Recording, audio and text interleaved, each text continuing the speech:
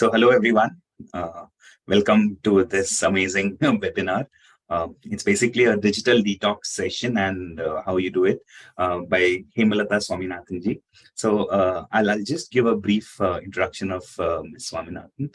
So, she's a doctoral student of psychology at California Institute of Integral Studies, USA, and she's completed her master's in organizational psychology in 2004, and she has traveled extensively in India and has facilitated a lot of behavioral training programs in organizational behavior and psychology for global corporate clients in India as well. And she was nominated for this for the ISTD Vivekananda Award for Excellence in Training and HRD in the year 2008. And she also is a performer herself. And being from a dance and theater background, she has always been passionate about art and its ability to connect to the deeper consciousness. And she's also an award-winning theater performer and playwright performing in national and international theater festivals. So we welcome Ms. Swaminathan. Ms. Swaminathan, please, the stage is all yours, and please guide us through this amazing session. Thank you, Ishan, for that wonderful and elaborate introduction. And it's my pleasure to be here today to talk on this topic on digital detox. I'd like to say that we're doing it on a digital platform. So as much as things have been it makes life very comfortable. It has given us so many things that we never thought at the touch of a button. So we are not saying, hey, we need to get away from the digital screens, but we are looking at mindfully using it in such a way that it does not cost us our time, our energy, and our mental health. So whatever I share here today are certain techniques, certain ways in which probably we can focus on digital detox for our own benefit. So having said that, I'd like to begin the session by talking about time, because whenever we say, hey, in my practice, whenever we are discussing and we are saying, hey, what do you think about bringing in this habit, or what do you think about doing something? And the first thing I hear is, I don't have time, or I don't know where the time goes, so we usually think about time in terms of make an excuse of it and say, there is no idea of how to make more time for something like this. So this quote just goes to say that it's not about the time we have, but it's about what we do with that time.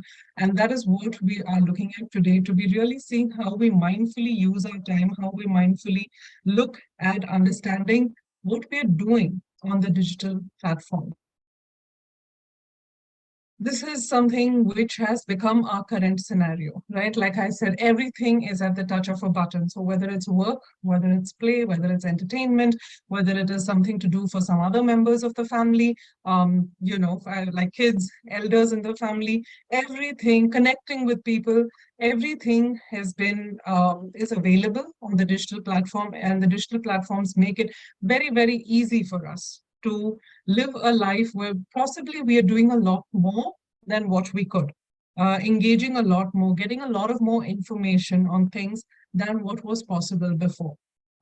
However, what we now need to understand is what is it costing us as human beings? What is it affecting? Is there an effect? Is there an effect on us? And if there is, then how do we take care of it? So I'd like to share a small statistics here, which was done somewhere in September 2022, which spoke about what are the mental health symptoms post-COVID outbreak. And why post-COVID is because that's when a lot of things became digitized, right? And a lot of things and a lot of population, like even people who were not using the digital platform before, started using it out of compulsion or for ease, whatever that is, right? Now, what has been observed was more than 53.8% of the population, sample population, experienced emotional exhaustion, right? They for no reason, right? Or for reasons which were not identifiable to them at that time, complained of emotional exhaustion. More than 53% of the population experienced increased sadness in day-to-day life. 50.2% experienced more irritability. As you can see, as I'm reading each parameter there, more than 42.9% experienced more confusion, increased insomnia. And in my practice as a psychologist, also, I have been seeing many people over the last 2 to 3 years who complain of lack of sleep. Right? I have personally sometimes also experienced, in parts, sometimes my sleep going haywire. And it's very easily identifiable to probably sometime when I have stayed an extra hour or two watching something and things like that. So I've been able to connect it with that. And even when I speak to my clients, we've been able to understand how sleep patterns are sometimes affected because of lack of good sleep hygiene. Right? More than 32.3% of the population have experienced increased anger, irritability, and 24.4% saying increased feelings of guilt, like not doing enough, not being enough, not achieving enough, these things, right? So if you look at all these parameters, they don't seem to point to any specific problem. They just are saying irritability, confusion, doesn't seem like something very big, right? And that's why we also call them micro stressors. So I'm not going to say there's a direct correlation, but sometimes we can try and sense that the more and more we are getting addicted to the digital formats, we could probably experience micro stressors. It doesn't look like one big stress that has happened because of it, but several small changes happening in lifestyle, in mood swings, and all of that, that and that's what we call as micro stressors. So I wanted to just share this, saying that it's not just one or two people who are experiencing it. There is a general effect on the population.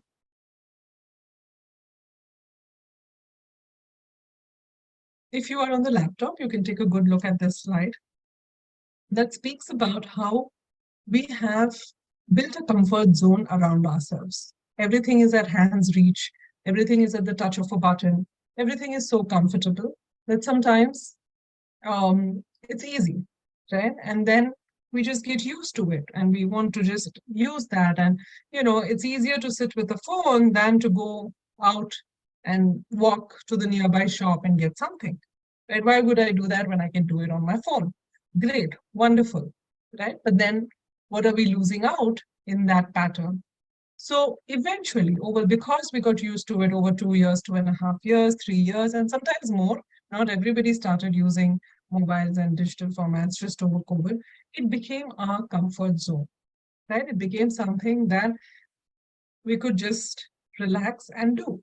And also because of the kind of workload that people were experiencing, stress that COVID itself was bringing on, this also became like a go-to, right? Like a distraction, like a place where the dopamine could be, um, one could get a dopamine rush, right? So this comfort zone, however, stops us from getting in touch with so many other things. And what is that?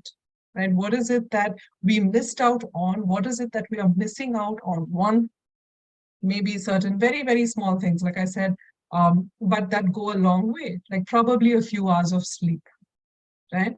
Probably, the natural tendency of the eyes to produce water, right? We're using these, so many people using these fresh tears and all of that. Another small thing, probably gaining a bit of weight here and there, right? So, like I said, not something that is so prominent that it'll be alarming, but very, very small changes that possibly one also misses out. I'll take a minute.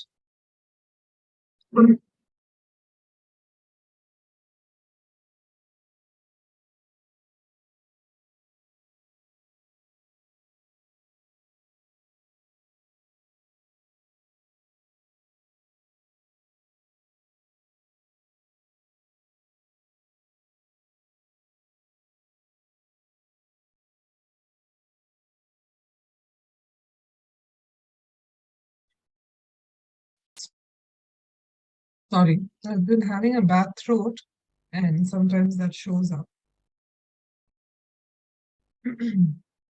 So when we are speaking of moving, when we are speaking of growth, I'd like to share this very easily understandable figure here, which talks about what do we need to move from the comfort zone, right? Why are we, when we say, oh, this is my comfort zone, why do we say it? Because it feels safe and it feels in control, right? And we're constantly making excuses to move out of the comfort zone, right? Um, and why is that? Because it's not easy. There's going to be a little bit of discomfort. There's going to be a bit of a change. Um, Probably some schedules that would get affected. And of course, certain habits that one may have to let go of. But only when we are able to go through that zone do we learn something. Is there a learning zone, right? Which may require us to acquire new skills. Probably it may require us to deal with certain challenges and problems. And then comes the growth zone. So what we need to move from this inner comfort zone to growth zone is sometimes patience, right? And that patience is sometimes challenged by the load of information that comes our way, right? The moment we decide to say, hey, I'm going to be patient with myself and I'm going to teach myself a new habit, the algorithms that are at play in different places don't allow us to have that patience, right? They suddenly come up with something that's so interesting, so beautiful, something we've been waiting for, and we get back to our screens all over again. So how do we build this patience? I mean, one, before moving on, and I'm asking this question, and you can use the Q&A window if you would like to respond to this. I'm placing the question there.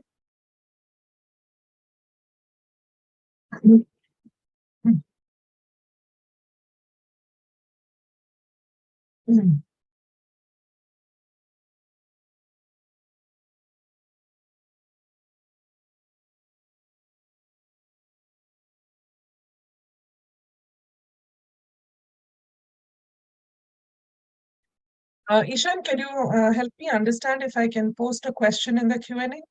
Yes, yes, ma'am, you can do that. In fact, you can even ask the question here and people can answer on the Q&A chat box. Right. So my question was, have you experienced, you know, that when you're exercising patience to move from the comfort zone to the learning zone, right? That the to the growth zone, that the distractions come back, right? Like, for example, you're trying to say, oh, I'm going to keep my, for example, the mobile away for 15 minutes a day. And then you're exercising, you're practicing it, and then suddenly you realize that there's something very interesting that suddenly appears on your phone. You know, you've been thinking about this for a very long time, and then there it is. So just it was my most of the time. Okay, someone responded, said most of the time. Yeah, right. And that is the problem with the screens that we are using. Right? They are built in such a way that they're not allowing us to exercise our patience or are not allowing us to move away. So the pull back is much more greater. We all know that, right? We know how algorithms work. And so many times people have tried moving away and then there is a pullback. The distraction is just getting more and more, right? So the self-discipline that one needs to move away from the comfort zone and go into the growth zone is a lot more now. The mindfulness that one needs to deal with this is a lot more now. It's becoming all the more challenging. Thank you for that response. So what stops us? What stops us from moving away? I would like to highlight here 2 points. One, sometimes the way we look at life, the way we see things, the perspective that we have. And then secondly, certain unwanted habits that come in our way. I'd like us to think about this as you're seeing this is, are you a dreamer or a doer? You could respond or you could make a note of it for yourself, just saying, hey, I think I'm this. No right or wrong answer, please. This is just a reflection. Okay, thank you. Some people say dreamer, some are saying doer, right? There is no one way of being. Okay, there's one more response. Yes. So the dreamer is saying that I know I need to do it, but it remains in my thoughts only. Another person says dreamer. Yes, so we know that we want to achieve something, we need to do some things, then someone saying that no, but it remains mostly in my thoughts. Let's see why I asked you this question. To highlight that the world needs dreamers and the world needs doers, right? We need all kinds, and we can be both, right? But above all, the world needs dreamers who do. Yes. So the point is that yes, we can sit, we can think, we can say, hey, I want to do this, I want to do that. But when are we going to do it? And what stops us? Right? What stops us from, if it's there in my head, if this is what I want, when are we going to do it? And are we going to allow something as a distraction hold us back from doing it? Right? Simple things like we say, hey, I want to work on my fitness. Hey, I want to work on my fitness. And this statement keeps going from 1 year to another year. Right? The first half of the year, we are thinking about how we want to work on the fitness. And the second, the last quarter, we resent that we've not worked enough on the fitness. And this is how it keeps going for every habit that we want to change, but we are unable to.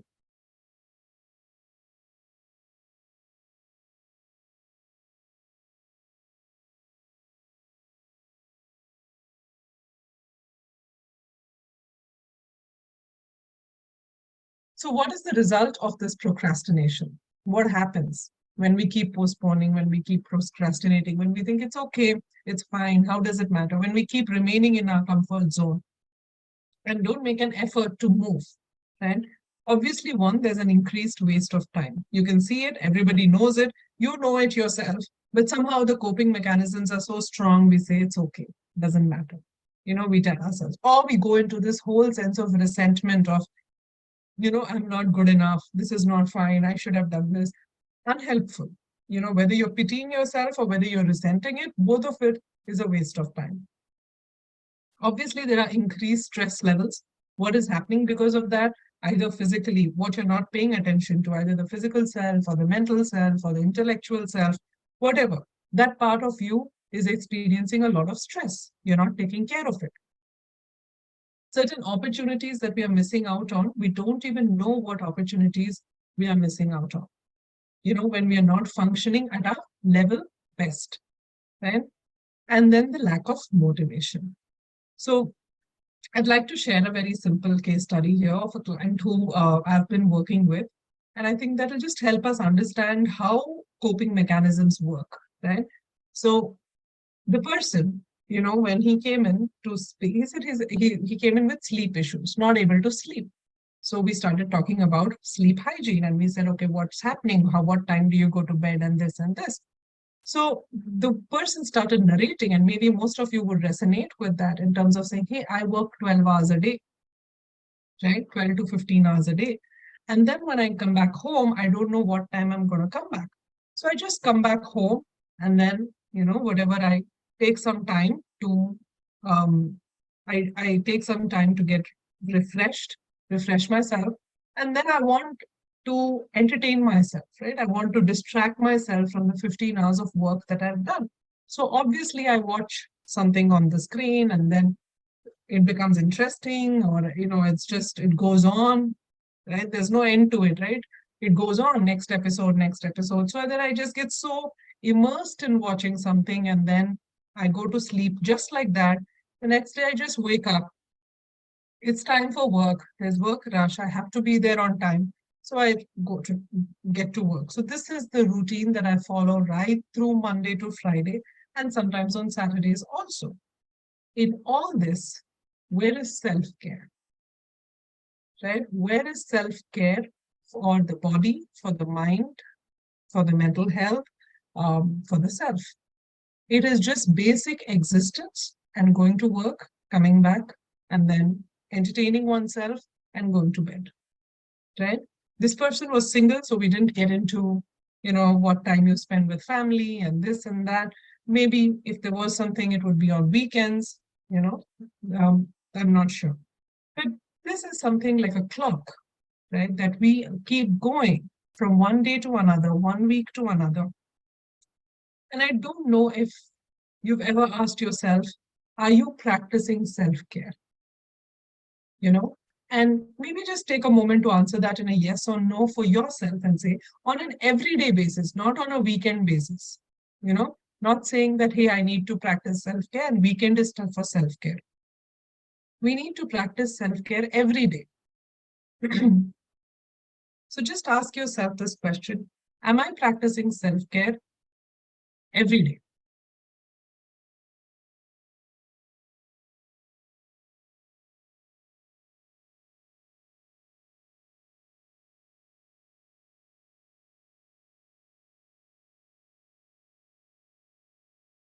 And if your answer is yes, then great.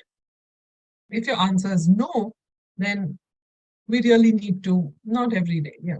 I think that's a very honest answer. Right? We really need to see how I can bring in self-care every day. Right? Because when we don't do that, we do not even see what we are losing out on. We don't even see what we're missing out on. And we come in the way of our own life. And that's what we call as self-sabotage. Right? We become immobile people. Using the mobile, we become immobile. Right? And what are some thoughts that sometimes cross us? Sometimes fear of failure. What if I try and I fail? What is the point? Let me not do it at all. Right? What if I don't do it perfectly? Or I know I won't do it perfectly, so let me just leave. Right? I can't do this. I don't think I can do it. I'm not resilient. Right? These are thoughts. Actually, I'm saying it from the picture. If you're not on your laptop, there's a picture that I've put up there of self-sabotage. So the whole point becomes of very low motivation, and then we begin to believe that we don't need to do anything. You know, someone said I should walk 15 minutes a day. What is the point? Right? Will it help? Will it be useful? Right? So when we stop focusing on ourselves, we also make excuses. We begin to make excuses why we need not focus on ourselves. Then we begin to think of, oh, let this project get over, then I'll do self-care. Or let this, whatever, deadline be over, and then I'll practice self-care. So it keeps moving, always prioritizing other things, other events, other, people, rather than oneself. We keep procrastinating it, absolutely. And we think, we completely begin to believe that, yes, we need to procrastinate it. We also tell ourselves, yes, you're justified in procrastinating. You see, so many things are happening. You can't focus on yourself now. And then the great excuse, when we keep doing it a number of times, we say, oh, it's been so long, I don't know if I can do it anymore. Right? It's been so many years, I don't know if, you know, I can focus on it anymore. So if that is the excuse you're making to yourself, then I'd like to talk about neuroplasticity here, which is a branch of neuropsychology, and it talks about how our brains are very, very young. You teach it something new and it's ready to learn. It does not grow old at all. And you must be knowing that we human beings use only 10% of their brains. Right? So neuroplasticity says that our brain is ready to pick up any new habit, any new idea, any new change. Right? You give it and it will take it. But who stops it? We stop it. Who stops it? Again, the whole algorithms, right? They pick up your habits and they throw it back to you, and you go back to your comfort zone. You see that? So it does not allow you to practice neuroplasticity. It does not allow you to think of new ways of doing something.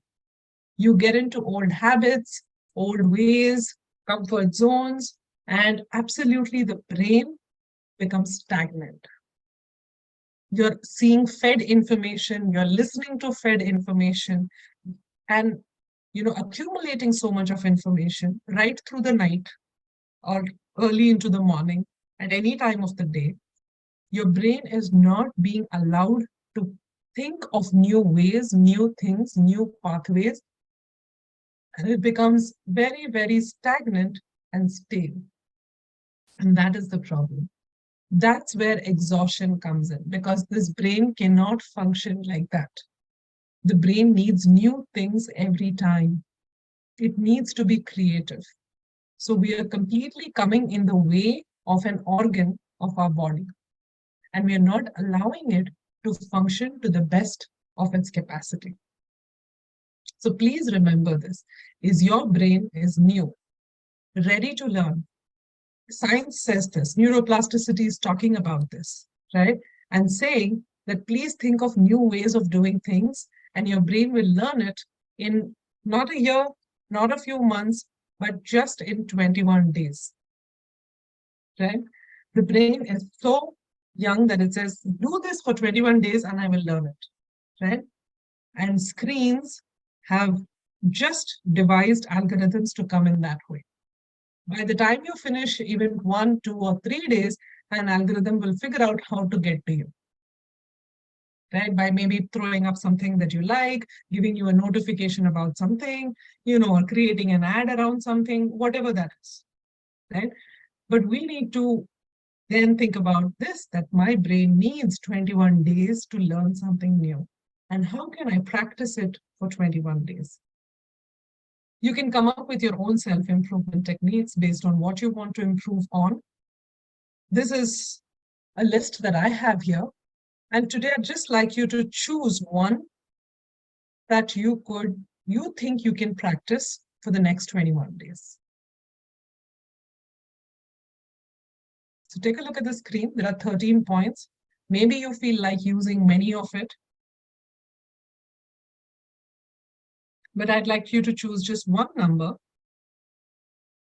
for today and promise to yourself that, hey, I'm going to use this and I'm going to stick to this for the next 21 days, just as a promise to yourself. Okay, thank you. Few people who are sharing, going out for workout even if I'm tired, not eating in front of a screen. Yes. Not eating in front of a screen.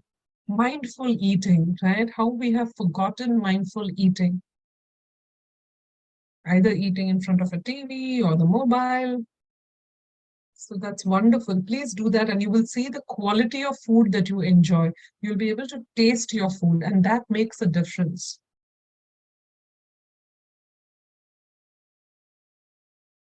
Any more people would like to share? You're welcome.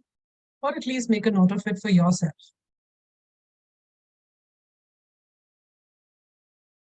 You can come up with your own too. You don't have to follow this list. This is just a suggestion.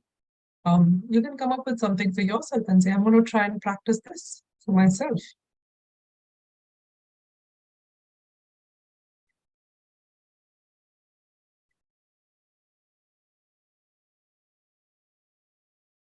Thank you, those of you who shared. Learning a new skill for 21 days.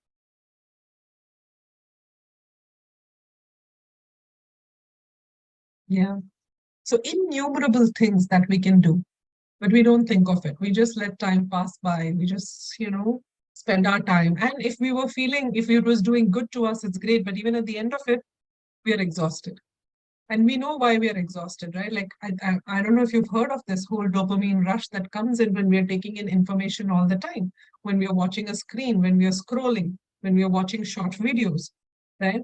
There is every time you scroll, there is a dopamine rush that comes. And our body is not naturally inclined to produce so much dopamine, right? It produces normal levels of dopamine that we need on a regular basis. But these dopamine rushes exhaust the body. The neurotransmitters are functioning at high capacity and then they are exhausted.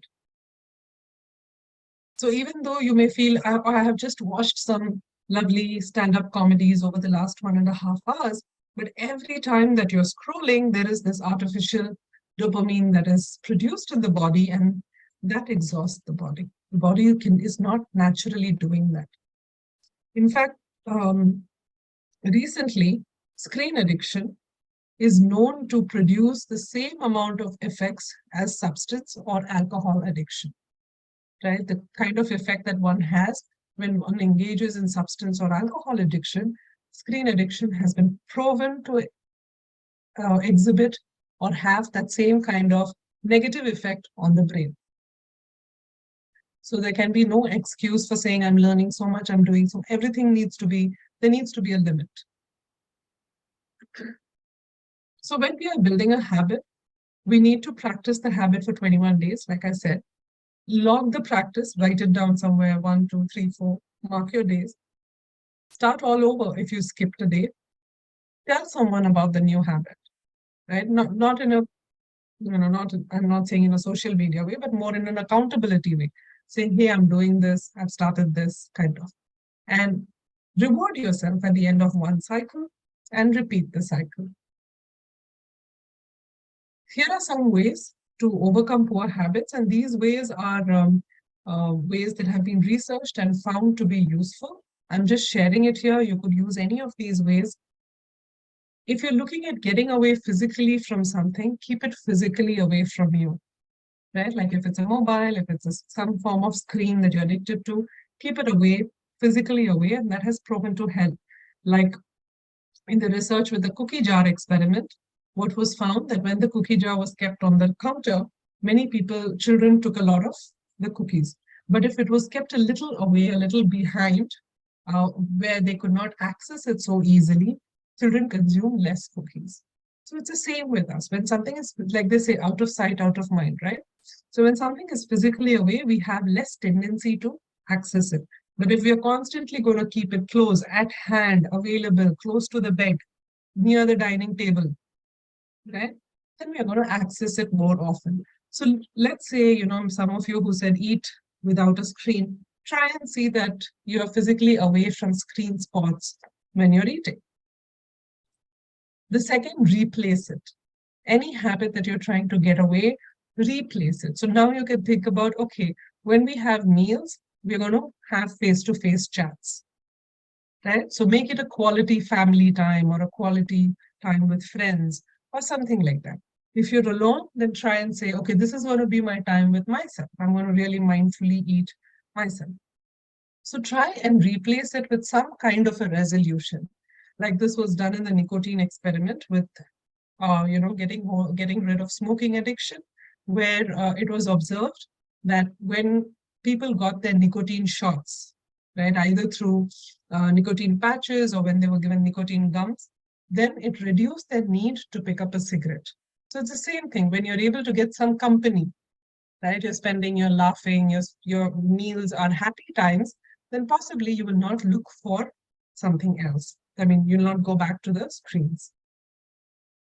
Find company, look for people who discourage the habit, who say like, oh, no, none of us, we don't use screens at all while eating, right? So look for people who talk about such things, who find value in such things, who've done something like this and have benefited from it, right? Find creative engagements to distract yourself. Tell yourself, I'm going to probably write something, I'm going to journal, or I'm, just before I go to bed, I'm going to do something. That's very important because most of us now have started going to bed with our phones, right? So there is no creative engagement before we go to sleep. Like we would read. People would read before going to bed. Now that's quite a lost hobby. So think of something that will calm you down before you go to bed. It's just before going to bed, but anytime. Like give yourself creative engagements where your completely heart, mind, and soul is engaged so you can keep away from these habits, screen habits. We need patience, we need resilience, like I said. It's not going to be easy, any habit that you pick up. Try and do it as a family, as a group. So if everybody does it, it becomes easier. If you're working on your physical self, Try and focus on food, your exercise, limit screen time to work hours, which I know is not practical, but try and see. Just limit, whatever you know what the limits are. Have family connect time, spend more time out in the sun, get some sunlight, refresh your system, focus on your body, and pursue a hobby. These are ways in which you can stay on the learning path, on the growing path.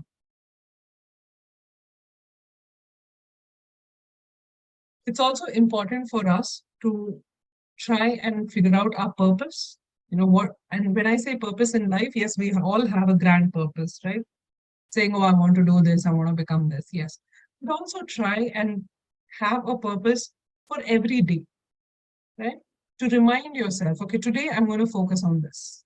That's my purpose for today, right? Then tomorrow, today I'm going to focus on this. So every day, remind yourself, what is your purpose, right? And there can be some days where you say, today my purpose is entertainment, which is fine, right? So we're not saying we need to live seer-like lives, but what we're saying is know clearly and mindfully what is the purpose behind every action. So when we set a purpose for the day, we are able to pursue it as much as possible. We are able to remind ourselves, hey, this was not part of my purpose. This is not adding to my purpose, right? So it helps in reflection. Write your purpose somewhere, at your work desk or somewhere where you can see it for the day and follow it as closely as possible.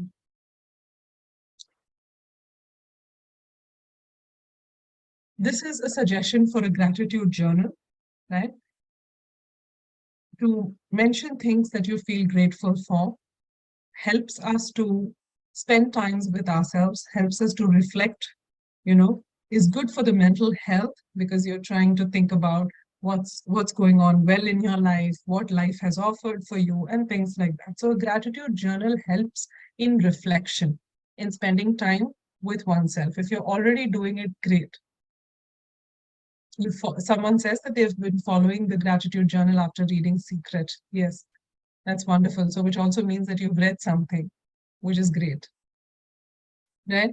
So use time for reflection. In this time where there's so much abundance of information everywhere, right? The moment you open something, there's so much information coming your way.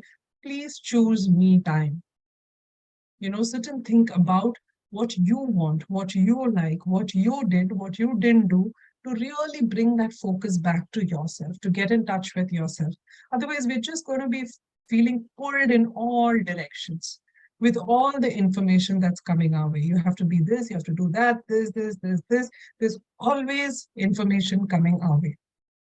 So and try a centering activity at the end of the day or at the beginning of the day that will help you understand and reflect on what your experience is, what your emotions are, what your feelings are.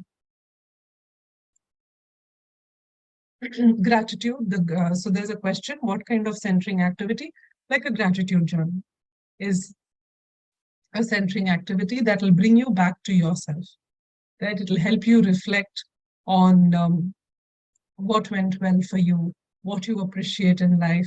There's also something like you can use prompt journals, right? I'm putting it in the chat, the word. PROMPT. I don't know if everybody can see that. So these journals are easily available on Amazon or any of the sites that you look. It's just a suggestion. You can have your own prompts.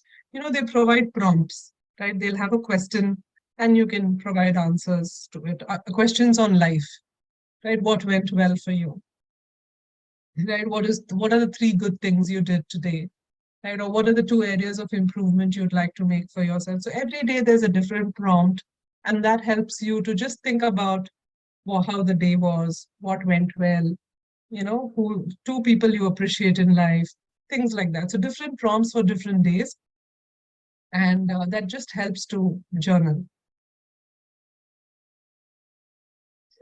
This is our small suggestion. Like I said, I asked you, do you practice self-care every day?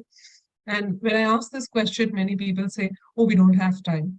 So it's not about how much time one has, whether it's 5 minutes, 15 minutes, or 30 minutes, you can always build your own self-care menu.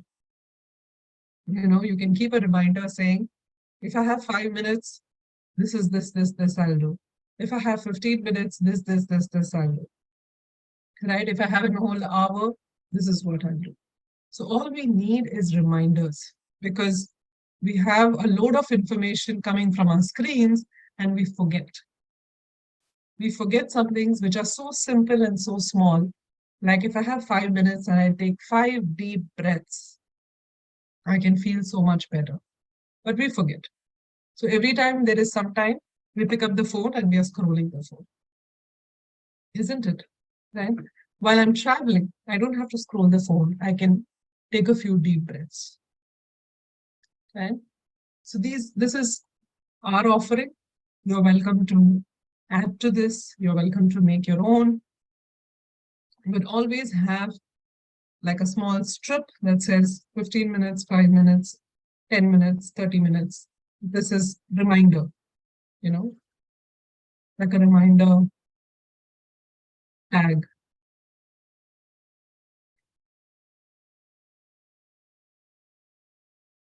If there is anyone who'd like to add to this, please do. Like you'd like to say, I'm doing this already. So you'd like to share your experience.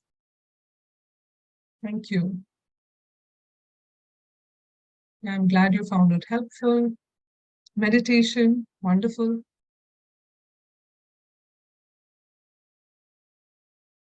And do not judge yourself. Like when I request people to start meditating, they say, oh, but I have full of thoughts and this and that. I'm not able to.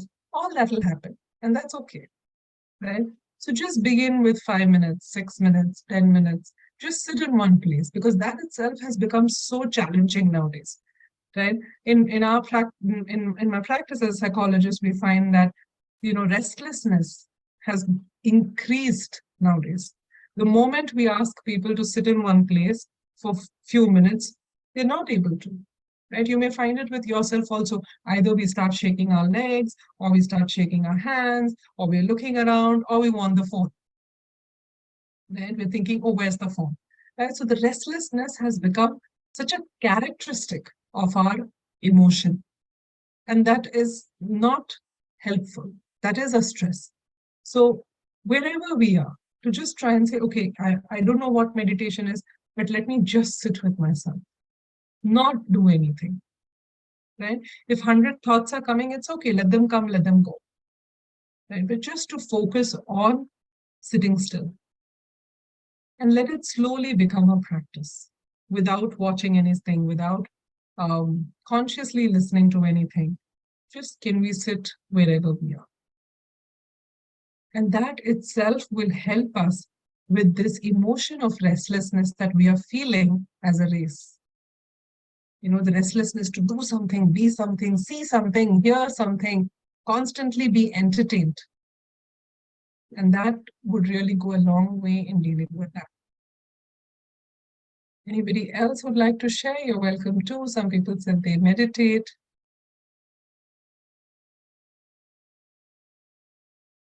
And you can add to this list based on your own practice. I'd like to make two book suggestions here. One is called The Rework, which is a wonderful book, which I think a year back it was published. And it really has very good inputs on how to approach work.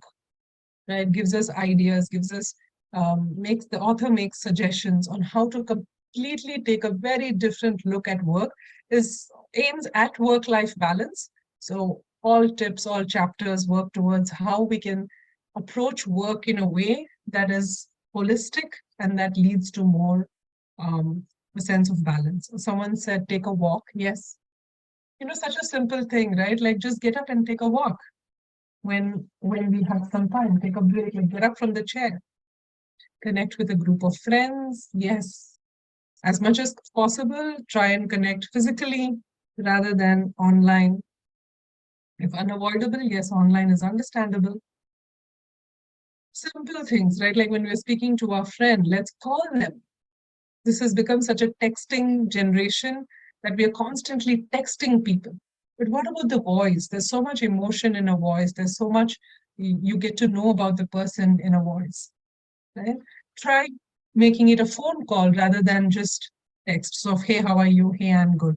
How is this? Hey, how is that? So that's so emotionless, right? Spend time speaking to people. So there is a question here, how to handle pressure at work. I think that's very important, and that's where self-care comes in. The more we focus on self-care, the more we are able to manage the stress that comes our way, right? Stress at work is not unavoidable, and it's not just because of you. Right? There are so many other factors, so many people, so many deadlines, so many variants that are working there. Right? If you try to resolve one, something else will come up. You try to resolve that, something else will come up. So in this fast moving world, stress at work is going to be there. Just a minute.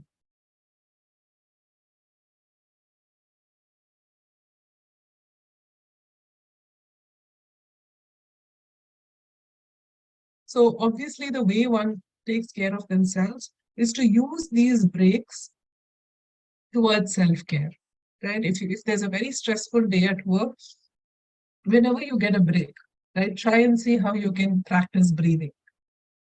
Whenever you get a break, try and see that you're drinking enough water, that you're sleeping well, right? So even if you're working for 15 hours and you're going back home, instead of, I mean, the impulse will be to pick up something, watch something, and stuff.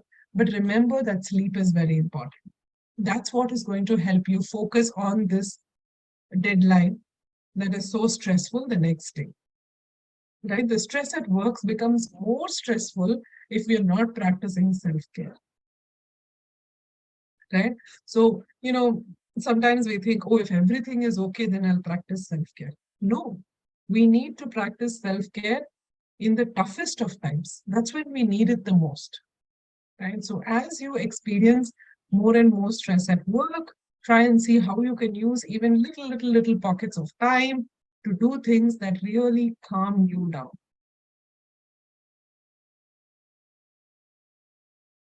Can a mental stress lead to body ache like back pain? Yes. It's called psychosomatic stress, like psychosomatic, something which is in the mind plays out in the body, right?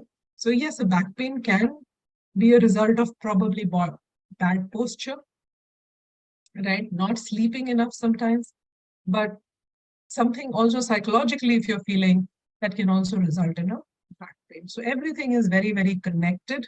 And thanks for asking that question, because we should not separate physical and mental. The mind and body are very connected.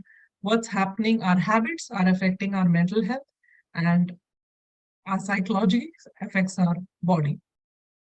All of it super connected. I think I've answered both the questions that are there. If there are more, you can. The other book is a book to which I've contributed to articles, but I usually share it because it's on mental health, and it's a very simple book. Sometimes when we pick up books on mental health, they are very difficult to read because of the terminologies, but these are simple stories which are put together to understand how mental health can be simple, right? Where it requires simple techniques to take care of one's mental health. So those two suggestions we have for you. And you've been asking questions throughout and interacting very well. But then if you think, we have 6 to 8 minutes. If you think that you would like to share some more experiences or you have some questions, so these last few minutes, we open the floor for that.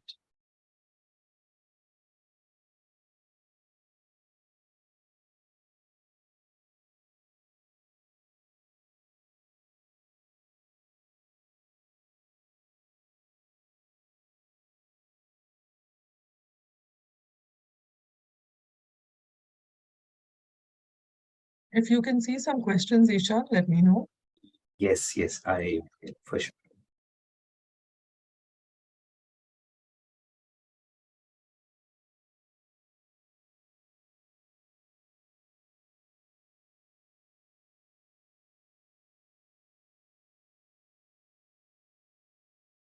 someone shared a beautiful experience where, I mean, not experience, but they've shared something which says that I now realize the importance of self-care at times when I am under work pressure. I will surely work on it. So that's something really nice.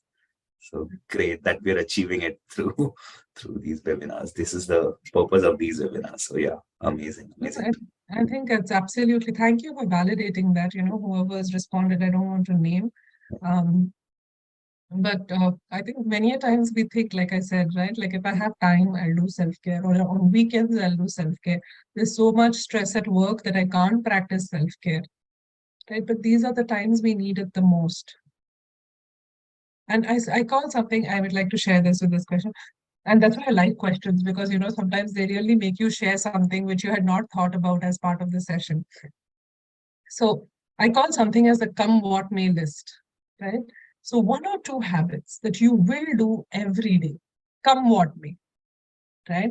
And put that on your list and say, however my day is, come what may, these are two things that I will do for myself, right? And pursue it with like grit and determination, and you will see the change it makes, right? Like you say, come what may, I will meditate for 5 minutes, or come what may, I will sleep for 8 hours, whatever it is, right?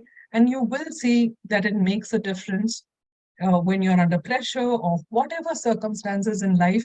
These two habits that you practice, and they can change, right? I'm saying two on the list. You want to add one more, you want to remove one, whatever that is, you keep doing. But have your come what may list in place.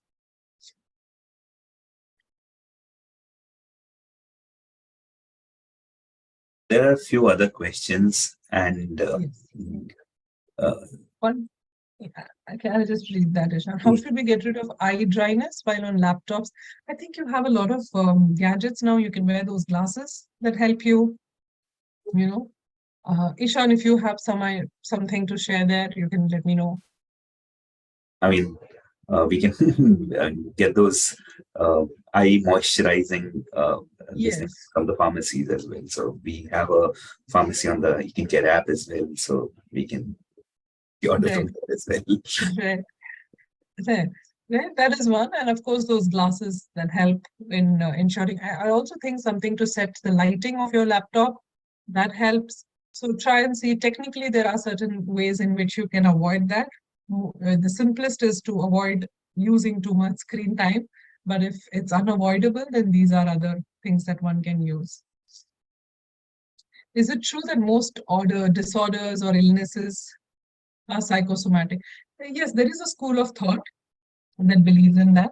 That says that, many illnesses or diseases. So the word disease, right, comes from the word dis-ease, right? If you break it up, dis-ease, right? So when someone is uncomfortable, when there's some discomfort, then they are feeling an illness. So the word itself talks about some kind of unease that the person is feeling, right? So I'm not going to generalize and say, yes, yes, everything comes from the mind. No, but there is a school of thought that strongly believes in that. And it's important to really take care of one's mental health. Work requires long hours of sitting, so this can cause, yes, what do you suggest? Take breaks, right? Which means that you don't have to even, I don't know, just getting up, walking around your chair and sitting back is helpful, right? Just ensuring that you have a good posture is helpful. Just ensuring that your screen is up to your eye level, right? So these small changes, ensuring that you are at least, turning your neck clockwise and anti-clockwise, every few hours is helps. Rotating your shoulders, right? So there are a lot of chair yoga that has come in just for this reason, that helps with the upper back posture and head and neck. So try and see if you can do these small things. Like I said, write it down. Remind yourself. Sometimes when we're working so much, we just go into the screen, we forget. So draw back, write it somewhere and say, turn your neck, give your neck a break, clockwise and anti-clockwise, breathe 5 times, rotate your shoulders, things like this. That should help. How to manage work-life balance? I think that's a very big question. and maybe you could attend that in another webinar or something like that. But all I can say is it's possible, and maybe doing some things from here that we spoke about today would really add to it, right? In trying to make you strong enough to try and attend and try and aim at a work-life balance. So,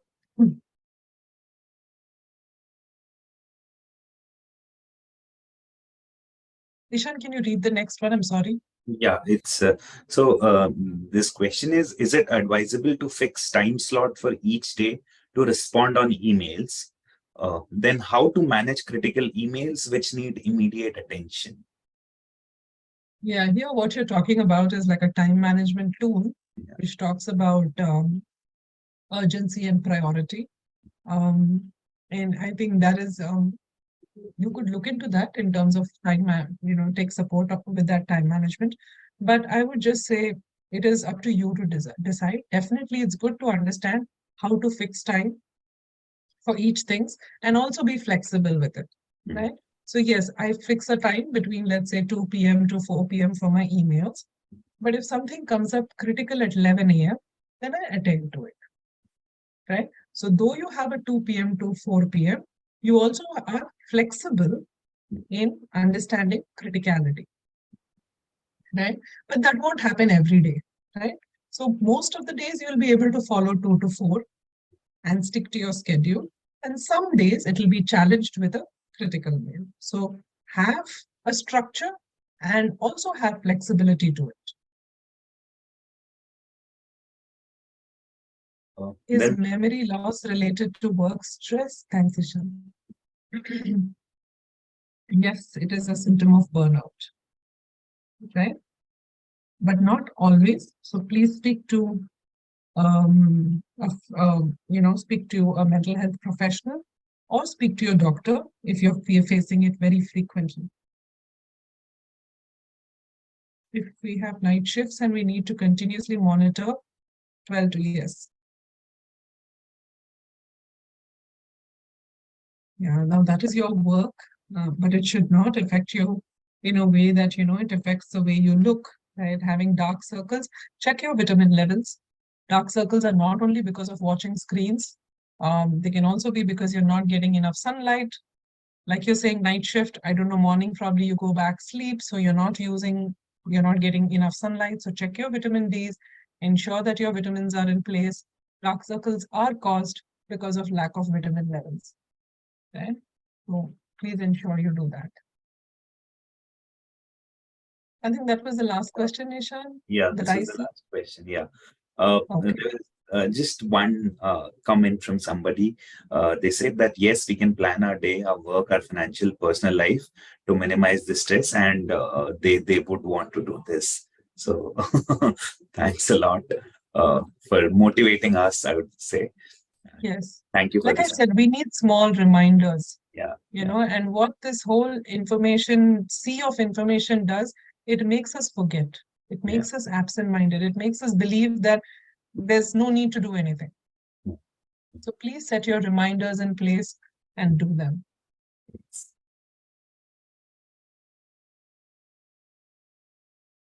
Okay, So so if there are any more questions, let me know, or I don't think we've any more questions. So we just like to close the stage for now. So I'd like to thank thank you. everyone to who attended this, and I would really want to thank Ms. Swaminathan for taking us through this amazing session. We actually need like digital detox for our own growth. So, like you said, from that comfort zone to that growth zone, I am sure that a lot of us are facing the basically this problem that we're stuck to our phones or watching content which is not actually required. So yeah. So I'm sure that this can help us a lot. uh, yeah.